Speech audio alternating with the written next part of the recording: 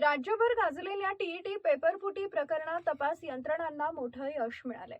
या प्रकरणात आतापर्यंत 14 आरोपींना अटक करण्यात आली असून मुख्य आरोपी बिजेंद्र कुमारचा निकटवर्तीय साथीदार इंद्रजीत सिंग उर्फ पिकू यालाही बिहारमधून अटक करण्यात आली आहे।